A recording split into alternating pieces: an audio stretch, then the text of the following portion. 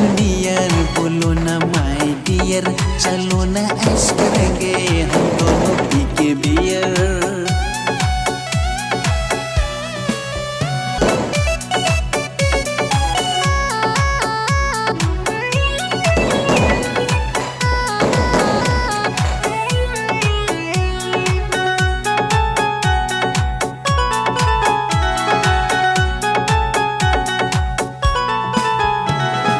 happy happy new year बोलो ना माय Deere, चलो ना ऐश करेंगे हम